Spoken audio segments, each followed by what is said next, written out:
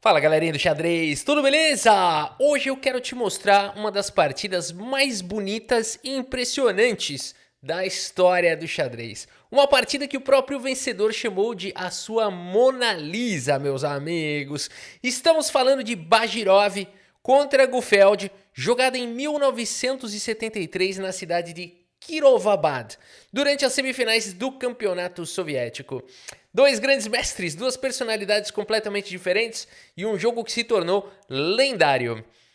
De um lado, temos Vladimir Vajirov, um jogador técnico, preciso, conhecido por seu estilo sólido e racional, um verdadeiro cientista do tabuleiro, que estudava cada detalhe com profundidade.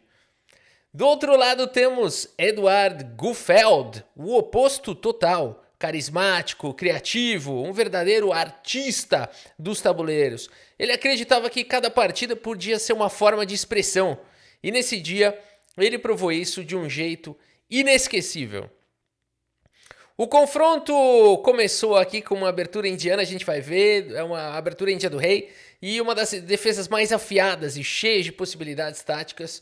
O Bajirov atacou com bastante força, mas o Gufeld respondeu com coragem, sacrificando peça, criando ameaças incríveis, né? E transformando o tabuleiro numa verdadeira pintura viva.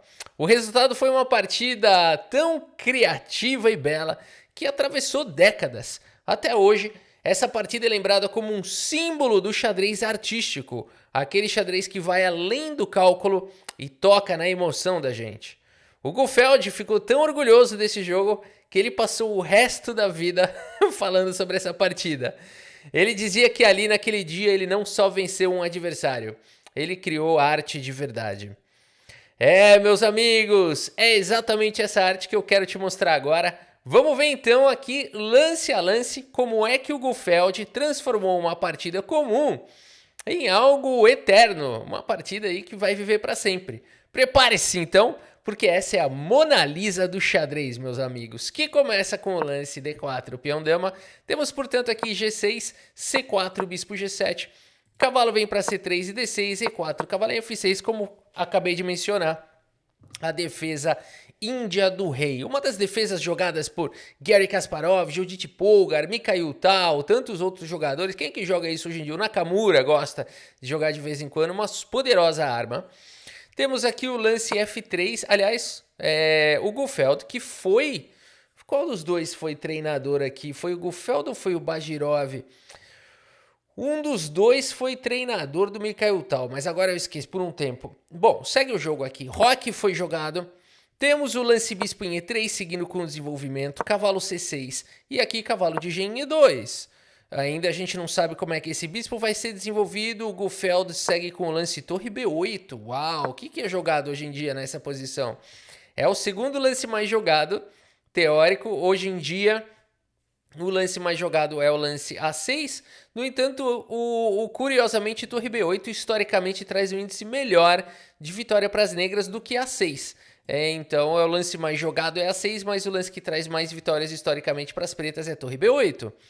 Aqui, isso é só estatística, não significa que um lance seja melhor do que o outro. Aliás, é muito cedo para isso. E nós não somos computadores, nem ninguém, né? Então, mesmo os melhores jogadores vão procurar um outro, mas não é isso que vai definir aqui, claro, a partida. Não faria nenhum sentido. Dama D2 foi jogado, temos aqui o lance A6. E depois de bispo em H6, o Bajirov então pilhou aqui nas casas escuras, vai para cima desse poderoso bispo para tentar minimizar um pouco o impacto no peão central. E aqui B5 diretamente foi jogado pelo Gufeld. Temos o lance H4, um dos melhores lances da posição. As brancas começam imediatamente um ataque para cima do fianqueto. E5 ataca ao centro, bispo toma, rei toma. Finalmente trocaram alguma peça e aqui H5 foi jogado e tome muito cuidado, a posição é perigosa demais. Se você jogar um cavalo por H5, por exemplo, fica difícil saber o que fazer depois de um G4, porque agora o cavalo vai ter que sair daí, existe um ataque forte ali em H6. E se o cavalo voltar para a casa de F6, aqui acabou, né? Dama em H6, o rei vai ter que ir para qualquer casa, tanto faz aqui G8 ou H8. E as brancas têm um ataque formidável. Por exemplo, o cavalo D5, tentando desviar o defensor de H7, o que chegaria com mate. Torre 8 poderia tentar dar uma casa de fuga para o rei, né? Depois aqui de um ataque em H7. E aqui então poderia seguir das mais diversas maneiras. Bom, aqui cavalo atacado, poderia seguir dessa maneira e as brancas têm um forte ataque, né? Tanto faz o que as pretas forem jogar aqui, as brancas me parecem melhores, não só me parecem, mas os computadores também consideram essa posição melhor para as brancas. Por isso a posição perigosa demais, o Gufeld não vai para cavalo por H5, segue com rei H8, colocando o rei em segurança, super lance, e aqui cavalo D5 já partindo para cima do defensor aí do rei. B por C4, Gufeld na coragem, meus amigos, na coragem, inicia o que pode vir a ser um contra-jogo aqui na ala da dama, mas as brancas estão atacando primeiro, H por G6, F por G6 e dama em H6, e como é que para esse ataque? Eu fico imaginando aqui o sentimento do Gufeld nessa posição, olhando esse ataque chegando. O defensor de H7 está atacado. Como é que você vai defender essa posição? Torre F7? Não sei. Dama por G6, o peão está cravado. A posição parece que vai entrar em colapso. A verdade é essa. E o Gufeld então tem que encontrar aqui o único recurso da posição, cavalo em H5, sabendo que está vindo um G4. E aí é que está o ponto todo. Esse cavalo provavelmente vai cair. Mas pelo menos as pretas ganham alguns tempos, porque aqui ainda vai ter que jogar G4, vai ter que tomar o cavalo, são 2 tempos que as pretas ganham. Será que é suficiente para um contra-jogo? Vamos ver então, G4 foi jogado. E agora Gufeld? Gufeld segue com o lance torre por B2. Notem que aqui os computadores preferem grande roque primeiro. Não vamos entrar nesse mérito, vamos assistir. Aqui é uma Mona Lisa, não vamos pintar em cima não. Mas claro, a gente poderia analisar, mas só para vocês saberem, né? Esse daqui é um dos lances considerados o melhor lance aqui pelos computadores. E não G4, mas G4 é o mais natural. Torre por B2 foi jogado indo para o contra-ataque e aqui sacrificando o cavalo. Caraca, é tudo ou nada agora. Peão por cavalo foi jogado e agora o Gufeld vem para esse super lance, o único lance da posição G5, mantendo a coluna H fechada. E agora esse peão ficou atrapalhando aqui a conexão da dama com a torre, o ataque em H7. E o peão, além de tudo, está protegido. A dama ficou meio fora de jogo e as pretas estão contra-atacando na ala da dama. Interessante. Torre G1, o melhor lance da posição, vai para cima do peão. E aqui G4, exclama. Por que você não vai querer capturar isso aqui de torre? Se você tomar de peão, as duas colunas G e H ficaram fechadas. Por isso a partida seguiu com o melhor lance grande roque, não com o peão toma. Esse lance ganhou um tempo sobre a torre. Torre por A2 foi jogado e aqui um lance de tirar o chapéu, meus amigos. Vladimir Vajirov mostra porque é um dos principais nomes. Com o lance cavalo de E em F4, um lance difícil de encontrar. Porque você simplesmente está colocando o cavalo na cara do peão, mas é o melhor lance da posição. De fato, as brancas já não têm muitos lances e esse lance traz dinamismo. Vamos ver a ideia por trás desse lance. Peão por F4 foi jogado. Aqui é possível jogar bispo por C4, também seria uma boa opção. No entanto, a partida seguiu com o cavalo aqui por F4, ameaçando o cavalo G6, mas esse lance acaba sendo um erro. O melhor, de fato, era permitir aqui essa continuação, e por mais que as pretas conseguissem trocar um pouquinho de peça aqui, como é que tá o material aqui? As pretas têm 2 peões a mais, né? Mas estão sendo atacadas, o ataque aqui tá perigoso, teria que achar esse lance, estaria vindo cavalo em F6, teria que jogar um torre G7, tem um bispo G8 do Karpov vindo aí, enfim, tem uma situação difícil. As brancas acabaram, o Bajirov acabou não encontrando essa linha maluca aqui, né? O que que tem aqui? Tem perpétuo? O que que vai acontecer aqui? Acho que tem um perpétuozinho, né? A linha do Guiri aqui, o Bajirov não encontrou a linha do Guiri.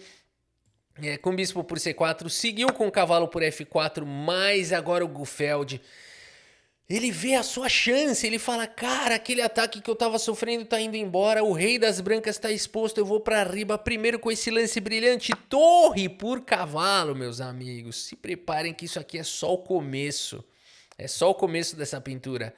Dama por F4 foi jogado, e aqui C3, uau, o melhor lance da posição. O que tá acontecendo aqui? C3 tira o peão aqui da mira do bispo e também coloca um incômodo aqui para cima desse rei. Bispo C4 foi jogado pelo Bajirov. Atacando a torre, torre em A3 foi jogado o único lance da posição. Caraca, que loucura, não dá pra fazer outro. Você fala torre cheque, depois torre A3 já não adianta. Melhorou um pouquinho a posição do rei, das brancas. Por isso torre A3 diretamente foi jogado. E aqui F por G4, ficando com mais, recuperando, ficando com um peão a mais. É isso? Não. Vamos fazer um pequeno balanço material aqui, né? Na verdade, as brancas têm uma qualidade a mais e um peão a menos. Uma torre por um cavalo, mas tem um peão a menos. As pretas têm um peão a mais. A partida segue com o lance cavalo B4, meus amigos. Que loucura. Rei B1, o melhor lance da posição. Cara, como é que pode rei B1? A posição é tão difícil que rei B1 é o melhor lance. Aí a gente pensaria aqui, quem é que faria esse lance aqui? Levanta a mão. Eu faria, é ruim. É ruim esse lance por causa de rei B2, atacando aqui a torre. Aí você fala, ah, mas aqui eu capturo e faço dama. Né? E aí eu salvo a minha torre, por exemplo, vou jogar uma torre H3. Mas as brancas têm contra-jogo aqui, apesar da peça a menos, né? Tem um ataque bastante forte chegando aqui com H6. E na verdade, os computadores falam que aqui as brancas podem até mesmo ganhar. Como é difícil esse jogo de xadrez, né? Que posição complicada, né? Como é que pode aqui vai ganhar? Quem que pode jogar aqui? Não tem lance também, a verdade é, torre H4 vai pressionando aqui. Torre F1 tem rede de mate, né? Então é muito interessante a posição.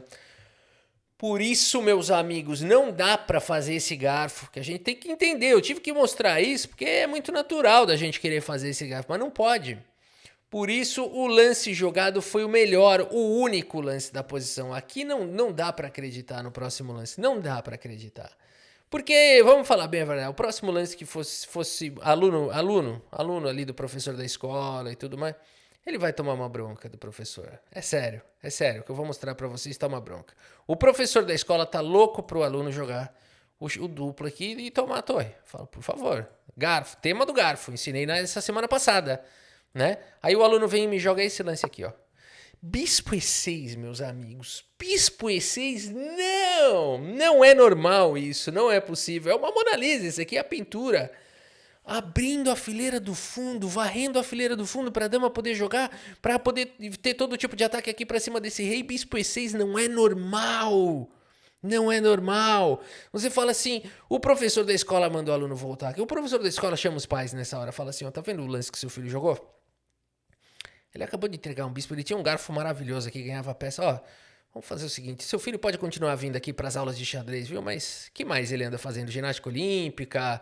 Vamos pensar em outras coisas? Show me the book! Porque o lance que ele jogou aqui é genial, meus amigos. É genial e o professor não entendeu.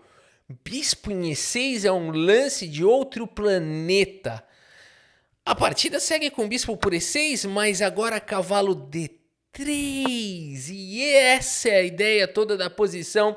Dinamismo, uma peça, duas peças. E com isso o Gufeld vai ganhando atividade, vai ganhando tempo. É dinamismo, é preciosidade. A dama não consegue dar cheque, nem aqui por causa do cavalo, por causa do peão, nem aqui por causa da dama. Não tem cheque, a dama tá atacada e mais do que isso, as pretas estão ameaçando sequência de mate. Que sequência maravilhosa aqui do Gufeld. Dama em F7 foi jogado e agora a dama passa para casa de B8 com cheque. Mas calma, aqui vai defender aqui a posição. Bispo B3 foi jogado, desloca pelo menos a torre aqui para casa de B3. O rei vai tentando escapar, né? E agora como continuar esse ataque? Porque agora o rei tá atacando o cavalo.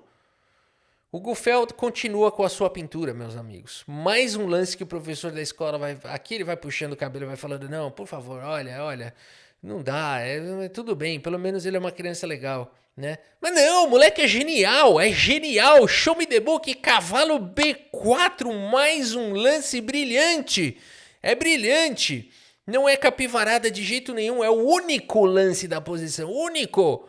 Rei por B3 foi jogado e agora cavalo D5 com cheque. O que tá acontecendo? E esse lance protege aqui o peão. E o rei não pode vir para casa de C4 diretamente por conta de dama B5 mate, mas não tem jeito. Aqui tem um cubo mágico que vai jogar o rei na casa de C4. Vai jogar o rei aqui, porque a partida segue com o lance rei C2. Dama B2 com cheque força o rei para casa de D3. Mas depois de dama B5, meus amigos, o Bajirov faz as contas aqui, percebendo o que vai acontecer. Abandona aqui a partida. O quê? Olha essa posição final. Dama e cavalo contra dama e duas torres. Abandonou porque não dá mais, meus amigos. Essa é uma das partidas mais incríveis da história do xadrez. Vamos ver uma possível continuação? Aqui só sobrou o rei C2, o único lance. A partida continuaria com dama em E2, o rei tenta escapar para B3, dama vem para B2 e o rei acabou indo lá para a casa de C4. Tanto faz aqui, se for para a casa de A4, o checkmate também acaba acontecendo, e se for para a casa de C4, foi o cubo mágico, a gente queria o rei na casa de C4, né? E ele acaba sendo empurrado para lá à força, né? E teria esse checkmate. Uma partida espetacular, bora dar uma olhada na precisão aqui no relatório do chess.com, vamos deixar a máquina avaliar aqui, meus amigos. Tá bom para você? 97% de precisão, com 3 lances brilhantes, dá para ser considerado uma imortal aqui, uma Mona Lisa? Eu acho que dá, né? Eu acho que até a ciência concorda nesse caso, né? Os computadores mais modernos concordam aí com a gente, né? Então é isso, meus amigos. Espero que vocês tenham gostado aqui da partida e do vídeo. Vamos finalizando mostrando os lances brilhantes. E é isso. Muito obrigado pela sua audiência. Um grande abraço para todos vocês. E até a próxima. Valeu!